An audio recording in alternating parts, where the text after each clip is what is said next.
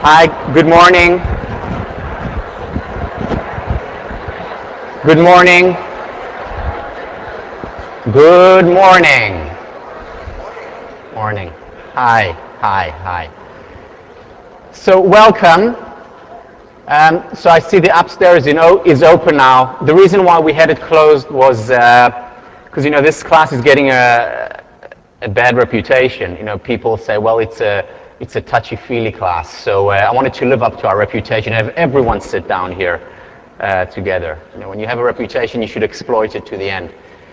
So, all right, so the next two classes are about the basic premises of what this entire semester is about, what drives the thinking, and in many ways the way I think about education in general. I do a lot of work on curriculum development and approaches to education. I think about education as a spiral where you start here, and it could be in first grade or age 3 or wherever, and you build, or ideally you build on that spiral, and you revisit points that you learn at the beginning, simply at a higher level of the spiral.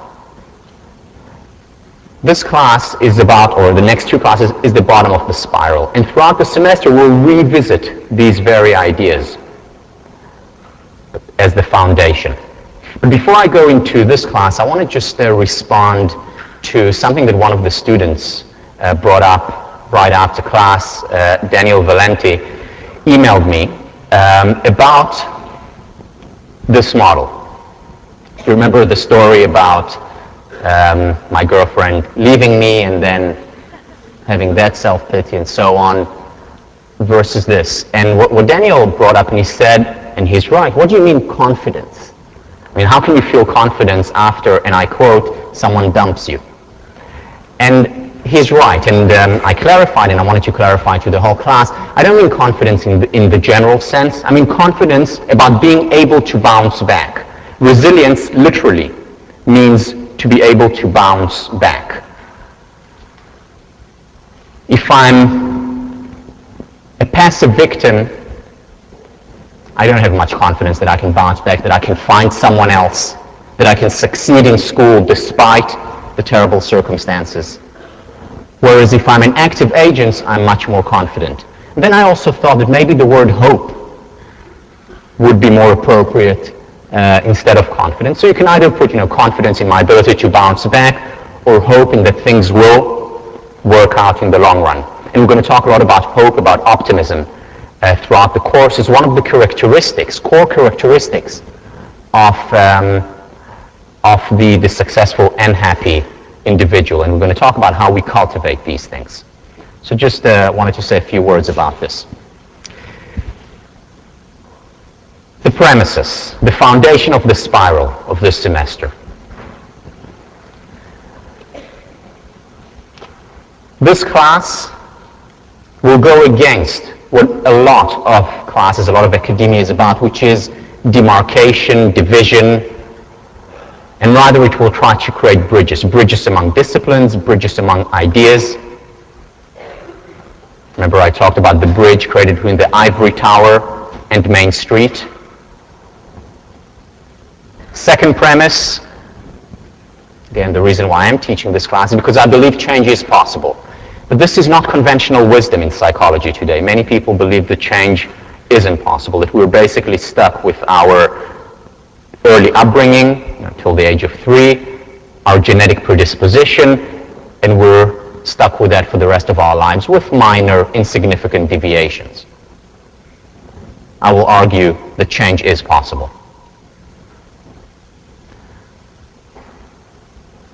Also, many people believe that if I only get this next stage, this job, this relationship, this amount of money, then I'll be happy, then I'll be fulfilled.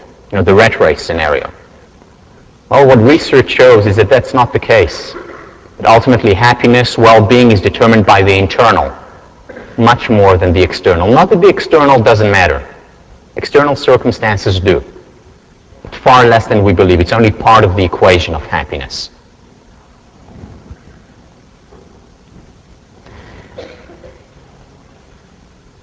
If you look at the history of ideas in general, philosophy, psychology, history, It's very much a debate between one side that believe that our nature is good, and what we need to do is, as much as possible, obey it, versus people who believe that our nature is bad, we need to control it, we need to perfect it. I fall much more on this. What Francis Bacon said, nature to be commanded must be obeyed. I will make an argument for that. Again, it will become much clearer. We're going to get to that next week only. And the final thing we'll talk about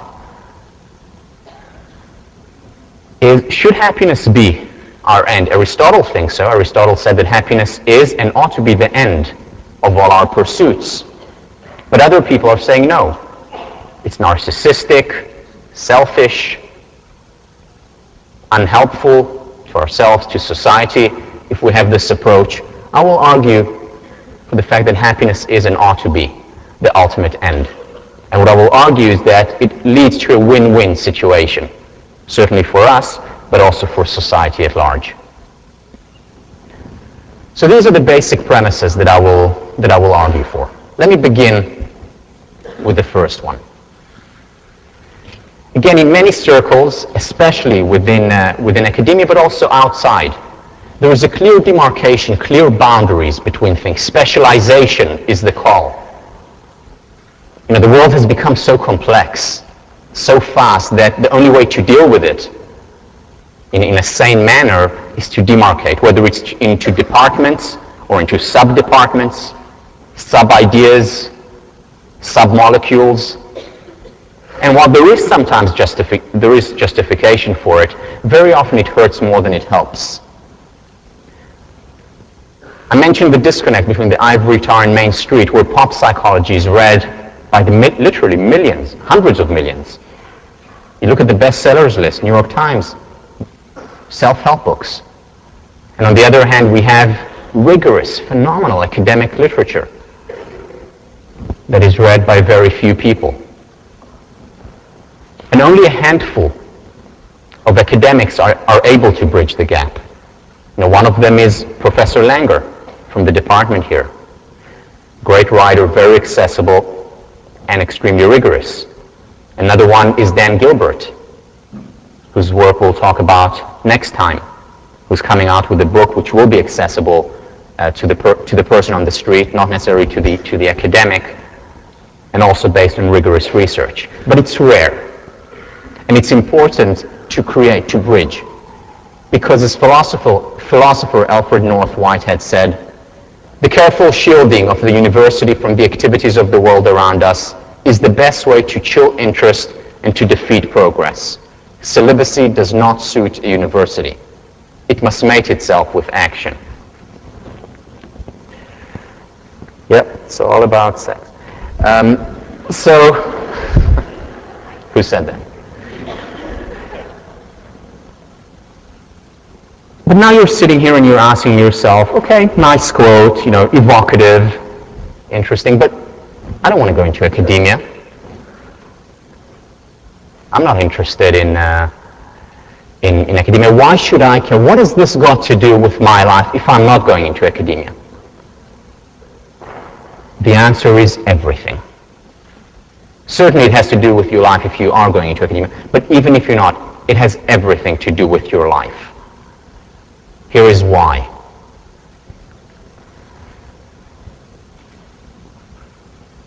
As many of you know, I was a resident tutor here after graduating for about 6 years in Leverett House. I spent many hours in the dining hall as an undergrad, as a graduate student, talking with fellow students, with my students about life. I was also the business tutor, so I did a lot of counseling for the students for the futures. And it was my favorite part. I mean, actually, that's the main reason I came here for grad school as opposed to going to another school, because I wanted to be a resident tutor. So, wonderful discussions, and what I was most impressed by was the sense of mission, the desire to do good, to improve their own lives and the lives of others that I encountered in so many of the students. The desire to make a difference. Widespread throughout with whomever I talked to. was actually remarkable because many people said, well, I want to go into this job or that job in order to do good now, or others are saying, well, I want to make money first and then I want to contribute in some way. And many people do, research shows us, and I'll talk about it in a minute. So they weren't just saying it. You see, there are false stereotypes that we actually have about ourselves. One thing that psychology shows is that we don't always evaluate ourselves and our immediate surrounding adequately. Harvard students are generous. You know that there are over 1,800 students at Harvard who are working with PBHA. Many others are doing work to help others independent of PBHA.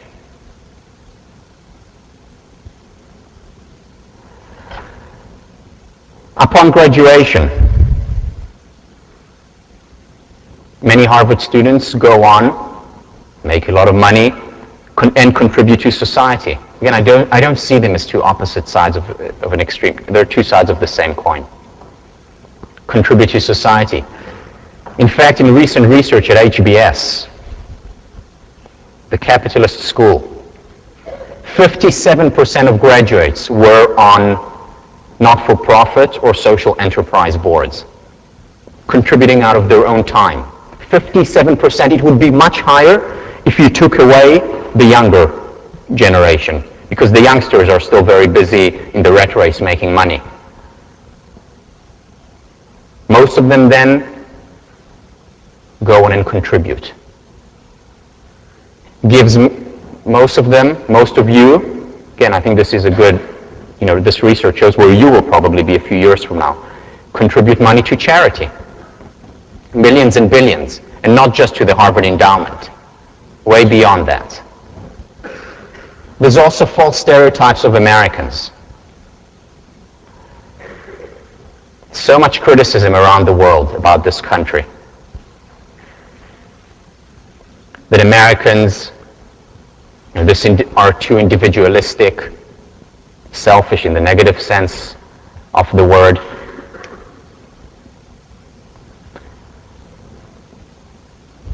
Americans give by far more than any other people in the world. A, because they're wealthier. B, because they want to do good, because they're generous. So even if you control for wealth, they still give disproportionately. Research by Phyllis Moen, M-O-E-N, from Cornell University, shows that Americans on average volunteer 4 hours a week, more by far than any other people in the world.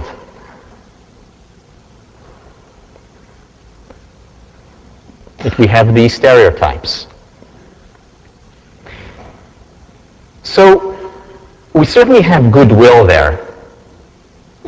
And many of you in the future will go on to influential positions. You will influence people as a CEO. You will have influence on other people as a board member. You will have influence on other people as a donor. But there's a problem, and here comes the problem. You see, I meet so many Harvard grads, alums, who come here and talk to me and say, I've joined this board, I've done this work, I do this in my own organization, and I'm dissatisfied. I'm dissatisfied because I feel that I'm not fulfilling my potential or the potential of the organization. I don't have the tools to do it. Very often, as we mentioned, they have the intentions. The intentions are certainly there. But they don't have the know-how how to translate these good intentions, this idealism, into practice. Goodwill and idealism are necessary but not sufficient. And while Harvard may create this idealism and goodwill, it certainly doesn't, or not enough, provide the tools to use it. And we fall short of our potential. And people say, well, we need to throw more money into these projects. Whether, again, inner cities, where what we see is that it doesn't actually help. And then Marva Collins comes and shows us There's another way of doing it. Or when Cobb comes and shows us, there's a better way of doing it through Teach for America. We need to create a bridge here between the goodwill and the practicality, the know-how. And that's the role of psychology, or academia in general, as I see it. This is the role of this class.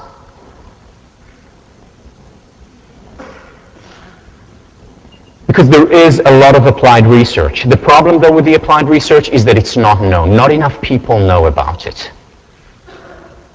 Not enough people have access to it. Because remember, the average academic journal is read by how many people? Right. By 7 people. Not enough.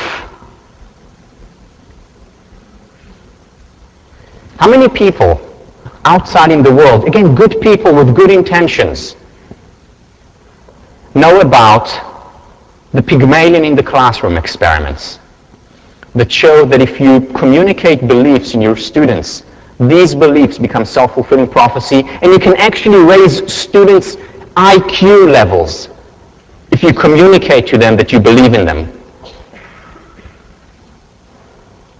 As a lot of the teachers in Teach for America show, as Marva Collins shows with the unteachable students. Marva Collins knows about the Pygmalion in the classroom. She lives it. But how many teachers know about this experiment? From my experience, very few, because I've given many talks to teachers. In fact, I see it as one of my central missions, is to get more people to know about Marva Collins and to get more people to know about the research done in the classroom. Because there are idealists, but they don't know about this research. And that's unfortunate.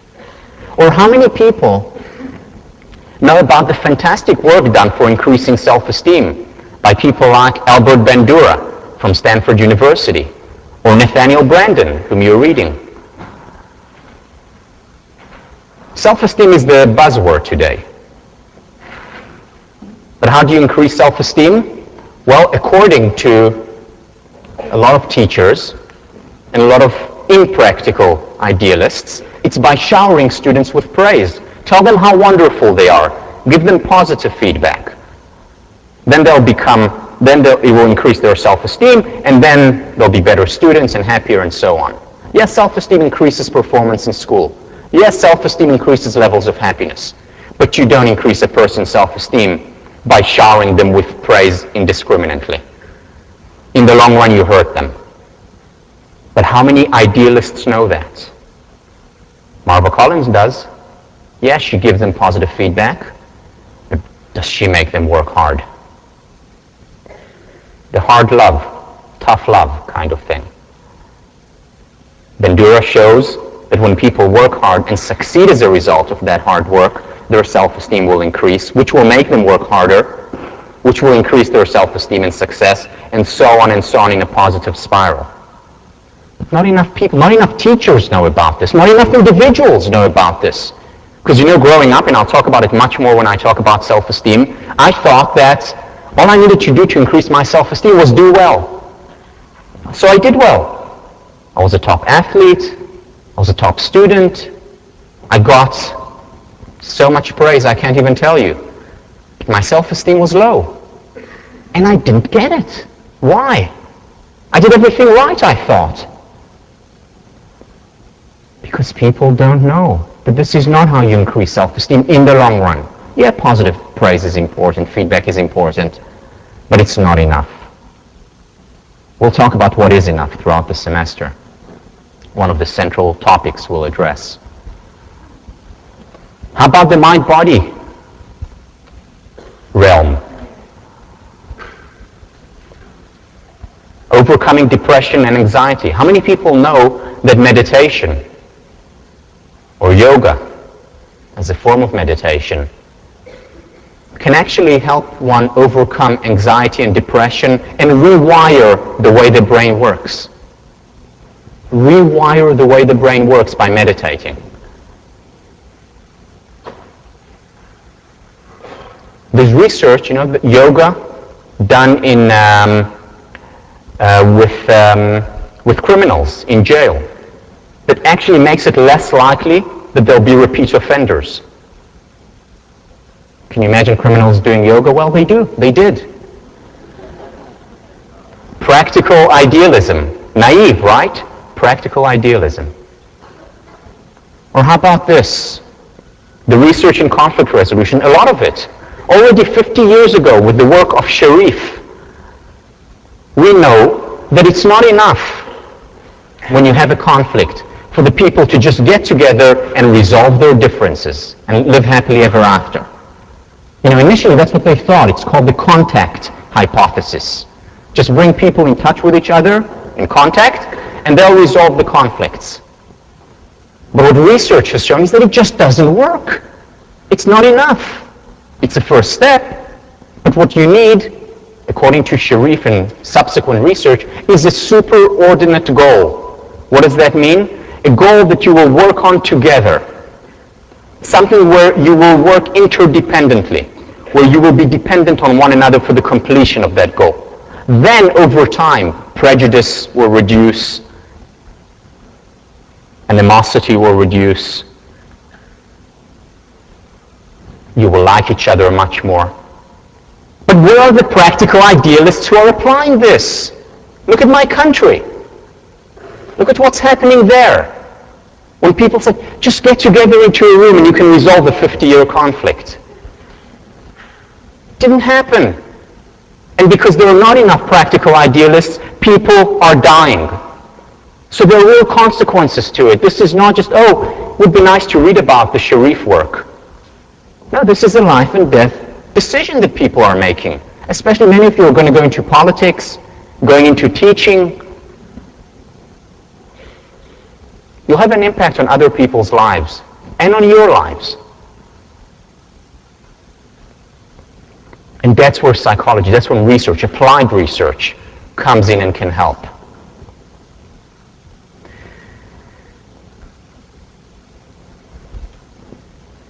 Again, you know, you can read this research that you read and say, okay, it's going to be on the final exam, I need to remember it, but it's much more than that. It's much more than that because it is our responsibility to, as you know, having the privilege of this education, to take these ideas and apply them.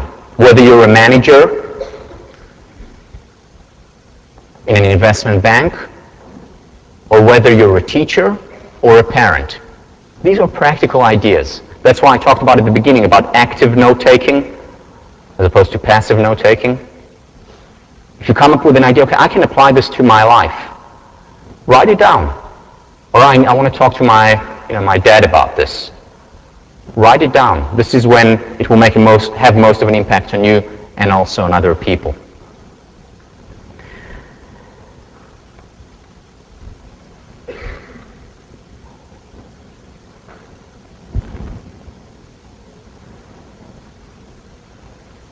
This class, as I think you've already gotten a sense, is interdisciplinary. It won't just focus on social psychology, for instance. It will draw on clinical psychology, cognitive psychology, neuroscience, biology, philosophy, positive psychology, obviously, history, and so on. Why?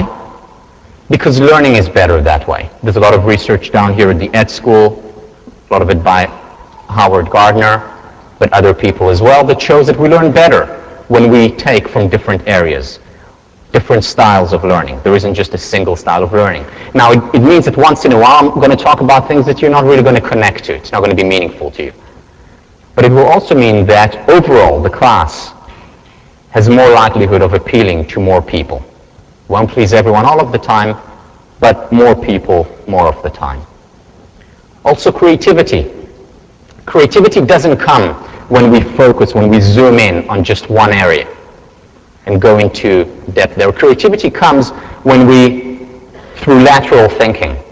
We take, for example, Niels Bohr, the great physicist. He came up with the structure of the atom. You know when he came up with it? When he was playing his violin. He was a musician too. And he realized that the distances, proportion between the notes are similar to the proportions on the structure of the atom. From music to physics, or look at Einstein, one of the greatest physicists. His ideas in physics didn't come from within physics. They came from geometry.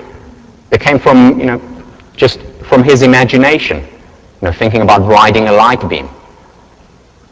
The great ideas come from outside, not from within. This is why there are so many great ideas that come from minorities, from the outside, not from within. Lateral thinking, whether it's bridging different cultures that we get great ideas, or whether it's bridging different disciplines. Also, reality is not demarcated. Reality is not specialized. A human being, just look at yourself. You're biological, you're psychological, you're philosophical, you're ideological, you're all these things in one. I don't think we're doing justice to reality when we just say, okay, well, let's just use your head now. Well, now let's just use your heart. We want to be true to reality. And reality comprises both the Journal of Personality and Social Psychology, as well as Will and Grace. This is what reality is about.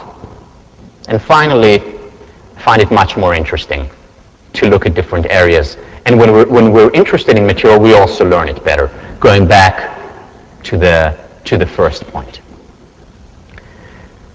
So this is the first premise. This class will be interdisciplinary. It will not just focus on one area. And there is a challenge here. It's not just, okay, wow, great, fantastic, perfect. There's a challenge. Because there's also benefit to specialization. I would argue, especially in the sciences, much more so than in the social sciences or in the humanities. But there's certainly benefit. And our challenge, our meaning yours and mine, is to be able to bring this interdisciplinary nature without losing the rigor that comes from specialization, without losing the depth.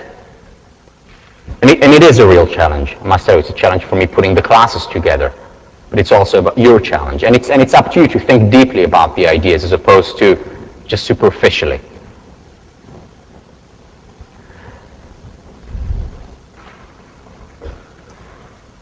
And the test of this challenge, whether we have lived up to the challenge or not, is will the class make a difference?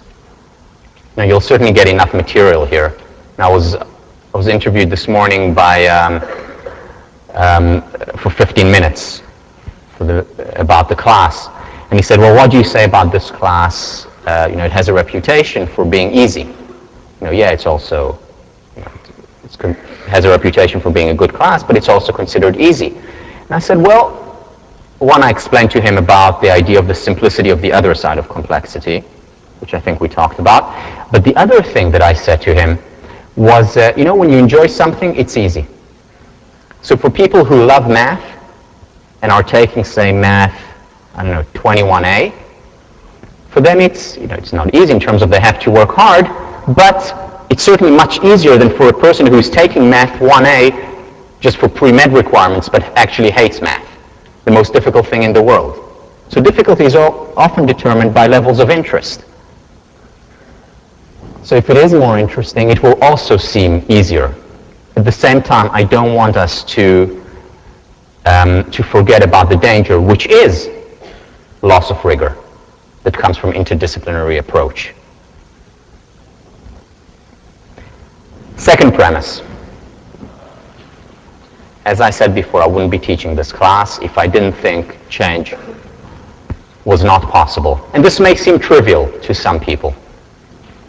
Well, of course change is possible. Well, it's not trivial for psychologists. For many psychologists believe that there is a base level of happiness that we've been endowed with, either because of our experiences early on, before the age of 3, or because of genetic endowment. Some people are just predisposed to be happier.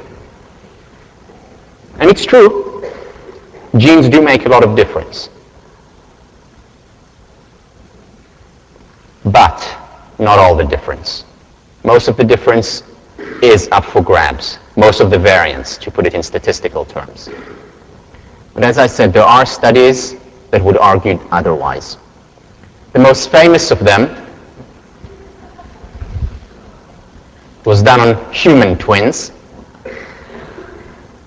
The Minnesota twin studies.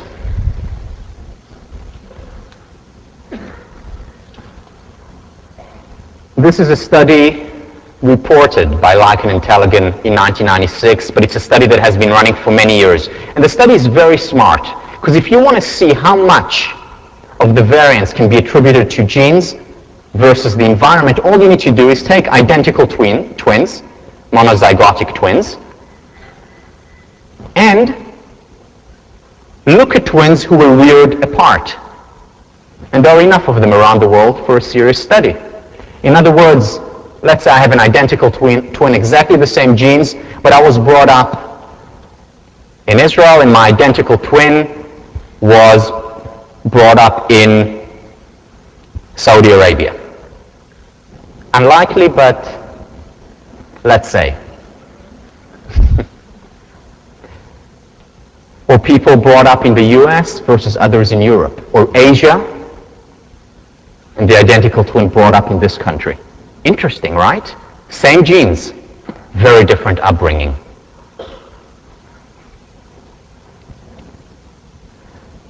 And here is what Lichen and Tellegen found. What they found was that the identical twins on personality measures, and specifically the one they were interested in was happiness. There was no significant difference in the sample in terms of happiness levels.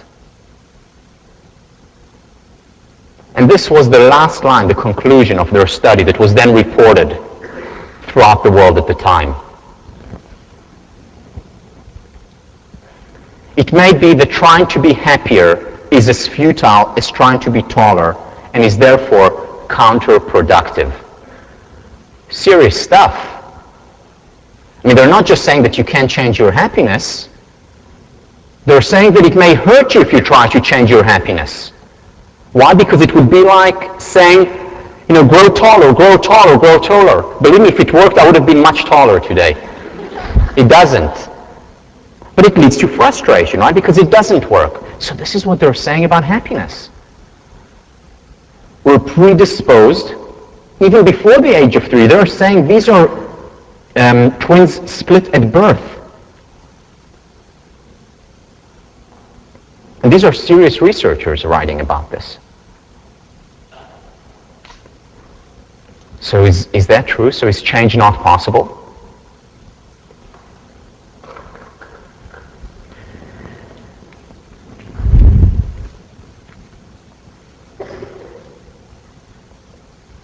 Well, fortunately, change is possible. I know you were tense there for a minute, but don't worry, it is. Now, how do we know that? You see, the study on the twins and various other studies that argued a similar thing are misleading. Why are they misleading? Because there's counter-evidence. There's counter-evidence that people change through therapy. Very rigorous, long-term research that shows that people actually change significantly. There is research that shows that people change after reading a book that has an impact on them. The people change as a result of a very powerful experience, positive or negative. And we'll talk about these peak experiences later on in the semester. In fact, I'm going to devote 2 lectures to change, because it is such an important topic. I just want to introduce it now. So there is evidence that shows that a single sentence has changed an entire life. So a kid, for example, hears a sentence from a teacher that then sticks with her and transforms, and her entire life looks different as a result of this sentence. People do change. Levels of happiness do change. But that's a problem. Wait a minute. What about that research then? Well, what the research does is make a very common error within psychology, within the social sciences, which is the error of the average. What's the error of the average? What did the researchers do when they studied the twins split apart? They took, can't remember what the sample size was, but let's say 200 twins from around the world. They put in their happiness scores of one set of twins on the other. They looked at the correlations, and then they averaged it. And what they found that on average, there was no significant change. Now, does that mean that all the twins had identical levels of happiness? Absolutely not. There were twins where one was unhappy and one was very happy in the sample. But that result became, again, to use statistical terms, it became noise. It became the error. They didn't look at that. They were the outliers. Remember the term from Psych, from Stats 100, the outliers. And they were ignored, essentially, because of the average. But that's a mistake. You know, there's a joke told about the statistician who drowned in a pool because his friends told him that the average depth of the pool was 10 inches. Right? You can't gauge the height of a pool just because the average is 10 inches. Similarly with individuals, you can't gauge the potential of individuals just by going by the average. So even if the average says, and the average does say that people don't change, most people don't change, the fact that some people do proves the rule. The question is no longer, is it possible to change? If one person changes, it is already possible to change. The question then becomes, how is it possible to change?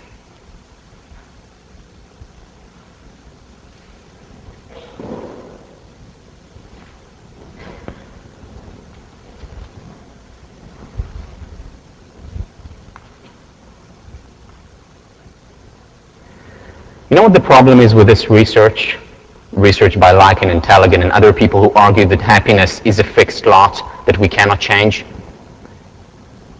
Is that it hurts people. Imagine this. A 12-year-old girl, Texas, reads the local newspaper, and in the local newspaper, they talk about the research by Tellegen and Lycan. And she reads, she's depressed at the time, she's going through a very difficult period, and she reads that happiness is fixed, that one cannot change one's level of happiness because it's predetermined by your genes. What thoughts go through her mind, depressed, as she's reading this study? And it's done by serious people, by serious academics. So, you know, these are authority figures for her, you know, professors. How likely is she to overcome her depression, having just read that? You see, the problem with a lot of this research is that it becomes a self-fulfilling prophecy. And not in the positive direction, because what Marvel Collins does is also becomes a self-fulfilling prophecy, but in the negative direction, where people start to believe that they cannot change, that their lot is fixed, that their misery, in many cases, is fixed. Now, if it were true, that's one thing, but it's not, and that's detrimental. You see, a lot of the ideas, and going back to something we spoke about earlier, a lot of the ideas within psychology, the research doesn't deliver good news necessarily.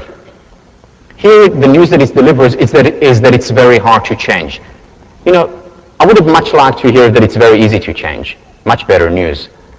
Or it would be much better news if research told us that all you need to do in order to resolve conflict is get everyone together. You know, at Harvard, bring the Republican club, the Democratic club, put them in Sanders, and by the end of 1504, they'll love each other. It's probably not going to happen. It takes more than that. Also, it would have been much better news that had it been that all you needed to do in order to increase someone's self-esteem is to tell them how wonderful they are. I wouldn't need to be teaching this class. Or actually, I would be teaching it, but I wouldn't need to prepare my lectures. I would sit down here and say, you're wonderful, you're wonderful, you're wonderful, you're wonderful, 800 times. Would have been much easier. But that's not what research shows us. So research doesn't always deliver good news. But that doesn't mean we shouldn't take it into consideration. Imagine an engineer who says, you know what? The law of gravity, you know that law of gravity? It really makes designing an airplane much more difficult. I don't like that law of gravity. I'm just going to design an airplane without the law of gravity. You know, not taking that into consideration. Hopeless, right? The same here. We cannot just say, just because it's difficult, we're going to ignore it. Just because change is difficult doesn't mean it's impossible. The question is how. And again, this is one of the main questions in this class. How we're going to do it? We're going to do it by studying the best. We're going to do it by studying the exception that proves the rule. The exception within ourselves and the exception outside. Let me explain. You see, this class takes two different approaches. One way that it's different is that it's positive psychology. It will focus on positive psychological research mostly. Yes, I'll talk about psychopathology, but mostly positive psychology. The second way in which it's different is that not only will it study positive psychology, it will also study the best within people as opposed to the average. And in studying the best, I will draw on work done by Abraham Maslow, whom you're reading. What Abraham Maslow said is that the research that we need to focus on is not just the average, we need to focus on the elite. We need to focus on the exceptional. And the word that he used was growing tip statistic. Let me quote him in length. What this kind of research design means is a change in our conception of statistics, and especially of sampling theory, who we look at. What I'm frankly espousing here is what I've been calling growing tip statistics, taking my title from the fact that it is at the growing tip of a plant that the greatest genetic action takes place. Studying the best in ourselves and in others. He continues, if we want to know how fast a human being can run, then it is no use to average out the speed of a good sample of the population. It is far better to collect Olympic gold medal winners and see how well they can do.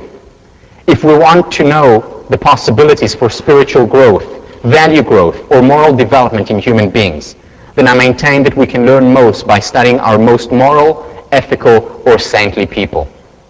On the whole, I think it is fair to say that human history is a record of the ways in which human nature has been sold short. The highest possibilities of human nature have practically always been underrated. Certainly it seems more and more clear that what we call normal in psychology is really a psychopathology of the average, so undramatic and so widely spread that we don't even notice it ordinarily.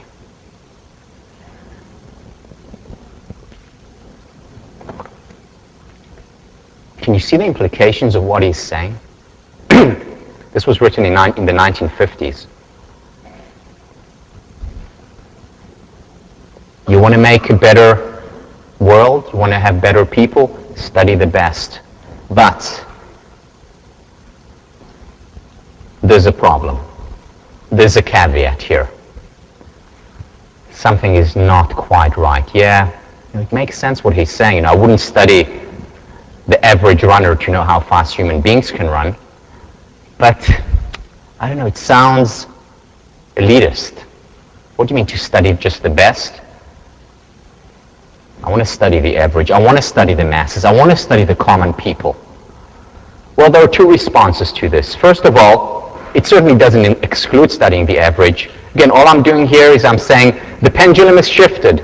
We're only studying the average. What I'm saying is let's move the pendulum a little bit more toward studying the best extreme so that we can find a happy median.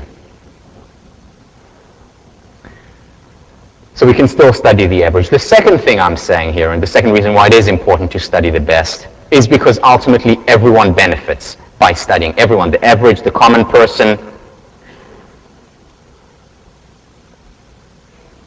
the person at the bottom of the pack, all benefit from studying the peak. Now, it's related, those of you taking 1508, to the article by Du Bois on the talented 10th. Everyone benefits ultimately.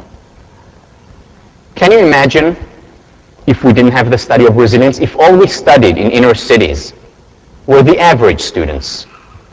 What's the average? The average student fails. But instead, what people asking the question about resilience, remember the question?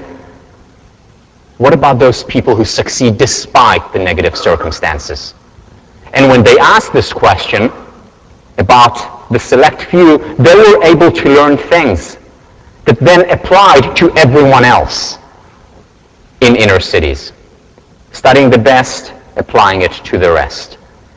Or if you want to study great teaching, would you go to the average teacher, or would you go to Marva Collins and learn from her or from people like her and then apply it to everyone else?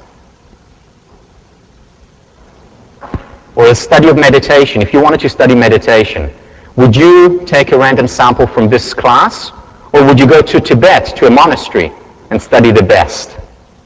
Well, what we'll see when we talk about meditation is that this is exactly what researchers did. They brought meditators who had been meditating for 20 years, put them in an fMRI, studied their brain, and learned things that they then applied to the common person. I participated in a program based on that research. It was phenomenal. They would never have come up with these ideas had they not studied the tip of the stem. Or how about the study of relationships? Can you imagine if poets or researchers or philosophers had studied the average relationship, human history?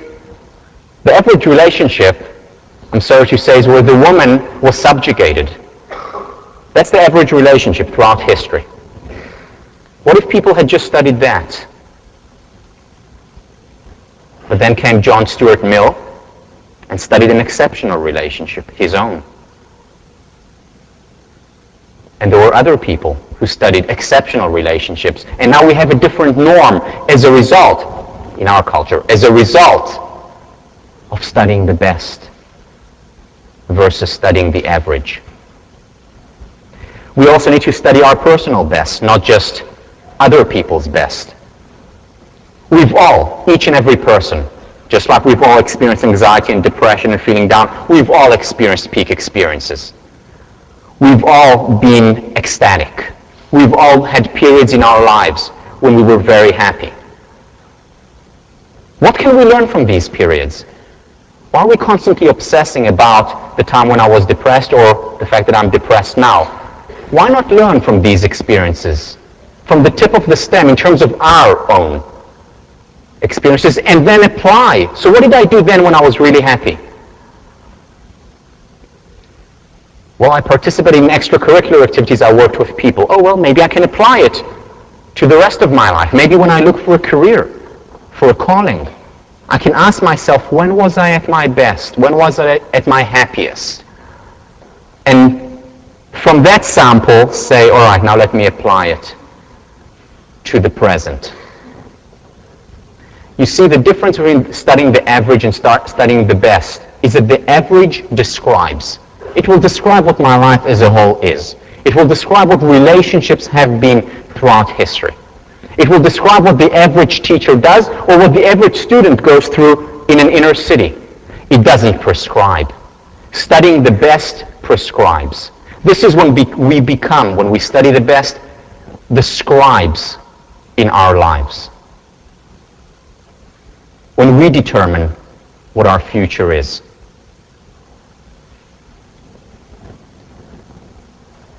Abraham Maslow. Few in number though they be, we can learn a great deal about values from the direct study of these highly evolved, most mature, psychologically healthiest individuals, and from the study of the peak moments of average individuals, moments in which they become transiently self-actualized. Whether it's by studying people whom we consider great, whether it's from literature, actual people, biographies, our parents, friends, or by studying the best in ourselves too. All right, so we talked about personal change, and we'll talk much more about it, but what about changing the world? Can we change the world? Because there are studies that question that. let me share with you a study, one of the most comprehensive, best-run studies in the history of psychology. This was run back in the 1930s, 40s, and 50s. Actually, it was run over 40 years. And what the study did was right here, run by Professor Cabot, who was here in the 1930s, a psychiatrist. And it was an intervention program for inner city kids, right here. And here is what the study did. It was a 5-year intervention with a 40-year follow-up. And what the intervention was, twice a month a caseworker visited your house, would help you whether you needed help with family issues, psychological help, whatever help you needed. This is in many ways the dream study of all psychologists. Almost unlimited resources. 250 kids going through that study. They had academic tutoring. All these kids, all the things that we're talking about with PBHA and what we're doing. They had it all, these kids. Psychiatric attention, the best doctors Harvard and MIT could find participated in this study. The kids were encouraged to be part of Boy Scouts and YMCA and other youth organizations. Again, a dream study, one which every psychologist would want to have. It wasn't just a great study, also the methodology was the best. As I mentioned, it was a random assignment, so there were 250 other kids who did not get the treatment that these kids did. Just randomly picked from the same population exactly.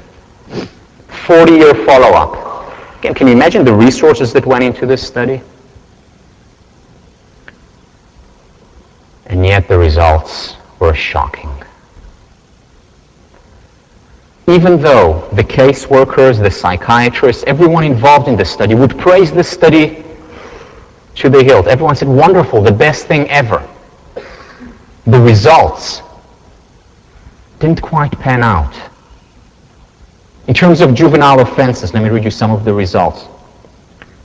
Third of those studied, and the control group, no difference, had an official criminal record. 20% more had unofficial criminal records. Between 15 and 20% of these kids, when they became adults, between 15 and 20% committed serious offenses, either against people or against property. No difference. Also, no difference on health, mortality, and well-being, and other good psychological characteristics and measures. No difference, despite this incredible intervention. But there was a significant difference on alcoholism and job status in terms of finding better jobs, in terms of better education, and so on. Good, right? Terrible. The difference was in the wrong direction. Did you get it? So the control group, those that didn't get any intervention, were actually more likely to get a higher status job, and they were less likely to be alcoholic 40 years down the line. Unfathomable. Millions and millions of dollars, the best minds in the world put together to intervene. And these are the results? More alcoholism and less likely to find a good job? This startled the psychology field.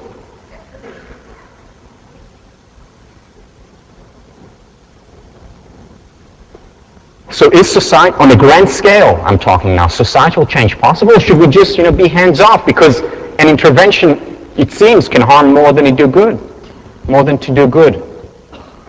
Well, once again, it doesn't always mean if you have more resources, you do better.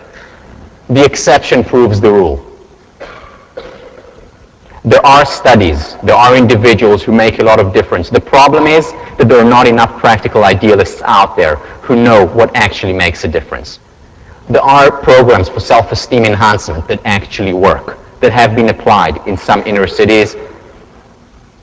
There are certain teachers who know about these things, who apply these things, who make a difference. Now, why didn't the study work, the Cambridge Somerville? I mean, there are many reasons. One reason is because I think the kids got a sense of entitlement rather than getting what Marva Collins would have given them, which is tough love. It's all up to you, as opposed to you deserve all this help, and they became spoiled. Another thing that they should have done, they should have made them work harder. Remember the self-esteem research? So it's out there, the research, but not enough people know about it. And more money continues to be poured in, very often to the wrong places, creating, instead of active agents, passive victims. Idealism, good intentions are not enough.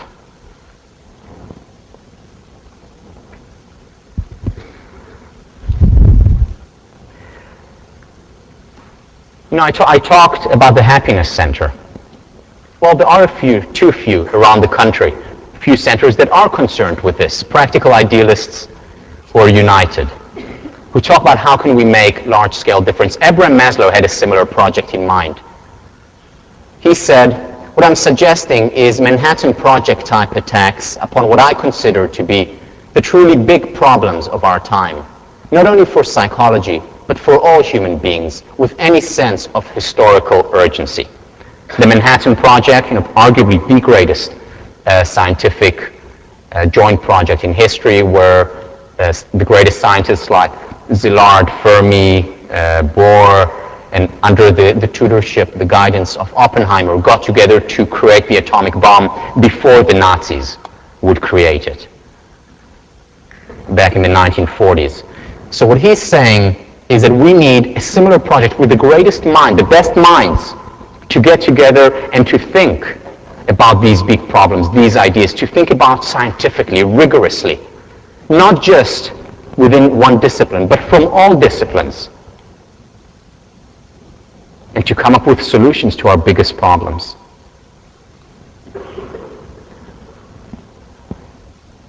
But then what if I don't want to be part of this? What if I don't want to be part of this Manhattan-type project? What if I'm an individualist? Or what if I don't want to go into academia or into any of these organizations? Can I still make a difference? The answer is an absolute yes. All history is a record of the power of minorities, and of minorities of one. The anthropologist Margaret Mead never doubt that a small group of thoughtful, committed citizens can change the world. Indeed, it is the only thing that ever has. Individuals can, individuals do make a difference. But you know, there is an issue here. And you know what the issue is? That most people don't believe that they can. Why not? Because they don't understand the process by which change occurs.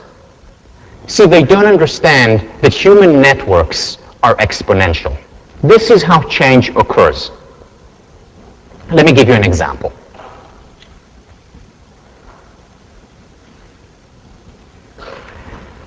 Let's take smiles. Smiles, we know, are contagious. Now let's say if you decide to smile, and you say, I'm going to smile at 3 people. And because smiles are contagious, this is why I chose the example, these 3 people are going to smile back. And they're going to think, well, we're going to smile at 3 other people, different people. And the 3 that they smile at will smile at 3 other people. How many degrees of separation do you think are there between you and the rest of humanity? So 1 degree would be the 3 people that you're smiling at, who are just smiling back at me, thank you. 800 of them. And then you go to 3 others, and they go to 3 others. How many, so this is 1 degree of separation, 2 degrees of 3. How many degrees of separation to get to everyone throughout the world? 20. After 20 degrees of separation, you get to every single person of the world if everyone smiles at 3 different people. Why? Because 3 to the power of 20 is over 3.5 billion. times that by 2 in terms of the total number of people. It's an exponential function. You know, I chose smiles, but if smiles don't work, how about laughing at 3 people? With 3 people, I meant. Like this.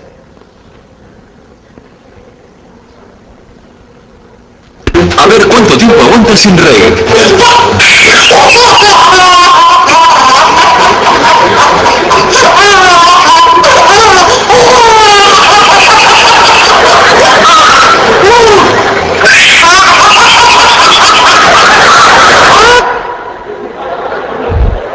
All right. Sorry, I got to see this again. A ver cuánto tiempo aguantas sin reír.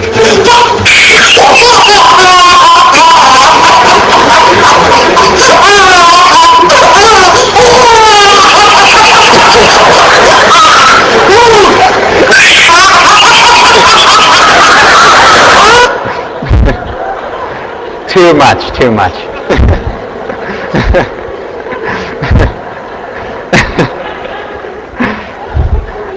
I'll post the URL for this. This is phenomenal. So send this to 3 people and ask them to send it to 3 others. Or how about paying a compliment, a genuine compliment, to 3 people? How many, do we do that? I don't think we do it enough. Because a genuine compliment, again, not just frivolous one, but a genuine one really makes us feel better about ourselves. And then if we do it to others, they feel better about themselves, and they communicate it on, and they pass it on, and on, and on. One person can make a lot of difference. This is the idea behind the butterfly effect, right? That a butterfly flapping its wings on one side can cause a tornado on the other side of the world. This is how social networks grow exponentially. I have a deal to make with anyone here in this room. I'm willing to give you $1,000 every single day for the next 30 days. All I'm asking in return is on the first day today 1 penny, tomorrow 2 pennies, the next day 4 pennies, and then 8 pennies, and so on, only for 30 days. Anyone, and every day I give you $1,000. Anyone want to make that deal with me? I tried every year, it never works. These are Harvard students, that's why. Well, if you did take on this deal with me, I would have paid you $30,000, right, which is a lot of money. You would have paid me on the 30th day, so you would need to double it for the total. On the 30th day, you would be paying me $5,368,709.12. Exactly. Double that. So over $10 million. Or do you know the story of the inventor of the chessboard? You know, it was invented, so the story goes, was invented in India, and the leader called the inventor and said to him, you know, what would you want in return for this great invention, this great game? And he said, well, all I want is 1 grain of rice on the first box of the chessboard, 2 grains of rice on the second, 4 on the third, 8 on the fourth, and so on. That's all I'm on. And the ruler said, are you sure that's all you want? You know, this is an amazing game. And he said, that's all I want. Well, when they started to count and calculate it, they found out that the amount of rice that he asked for would cover the entire earth.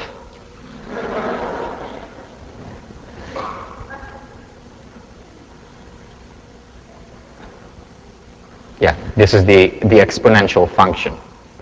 Or how about this piece of paper? Let's take this piece of paper. How many times do you think I would need to roll it over in order for it to be high enough pieces of paper, you know, into 2, into 4, into 8? How many times would I need to roll it over in order for it to be tall enough to reach the moon? That's 280,000 miles. 280,000 miles. How many times do I need to fold one piece of paper, which is 0.01 inches, I think? 0.01 inches. How many times do I need to fold it over? Math 55, anyone? 41 times. If I fold it 41 times, it will be tall enough to reach the moon. You can try it. You see, we underestimate our capacity to affect change because we underestimate the growth of an exponential function. And when we underestimate our capacity, it becomes a self-fulfilling prophecy because we say, who am I to make a difference? Who am I to change?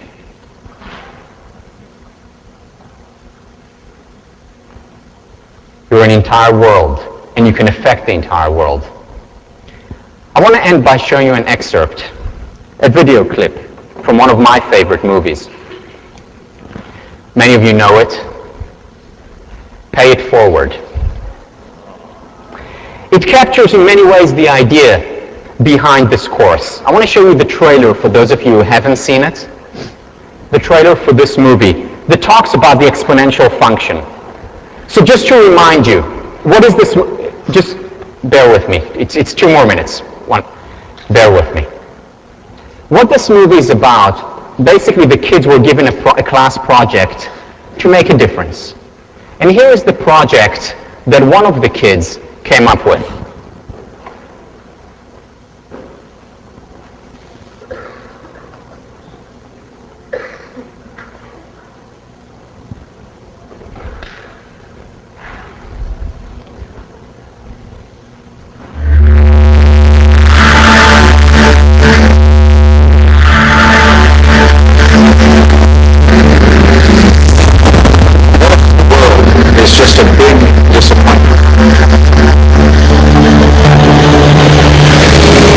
Unless you take the things that you don't like about this world and you flip them upside down, and you can start that today.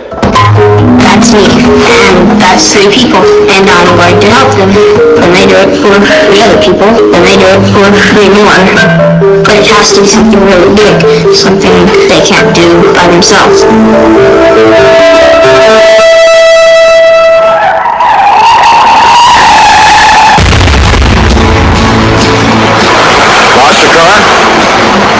That's a key observation. I can help you. You're giving me a brand new Jaguar and you don't want anything? Call it generosity between 2 strangers. What did you tell my son when they can bring a homeless man into my house? I've got a story, okay? Senior partner Kenny and Ross is giving away new cars. Just pay it forward. 3 big tables for 3 other people. Hello? You can't just put 2 people together and make them like each other. This is the one. Pay it forward. Paying it forward. It's like this idea. You can fix a person. Do you want to come in and stay? It's complicated. Come in. It's supposed to be something hard. I don't care about your burns, Eugene, if that's even what they are. Is that what they are? I can't. So sorry. Don't tell me how sorry you are for me! Maybe you're scared to get rejected. Well, I can't reject you. You're too quick for me. Are you still going to pay it forward? Give her another chance. For me.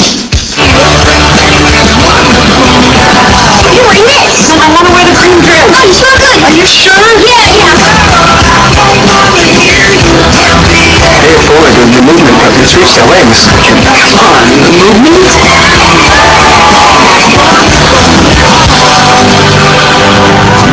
So you'll flunk us if we don't change the world. You might just squeak by with a C. Well, no great inflation in that school. Go forth, go paid forward. I'll see you next week. Thank you. Yeah. Hey guys, before you take off, first of all, congratulations. This is the largest psych class in Harvard history, so congratulations to Tal. Yeah. It's really amazing, but before 830 of you send me more emails, sectioning will take place next week. We're anticipating this, so it'll take place next week online, and I'll send an email to all of you giving you further instructions. Good night.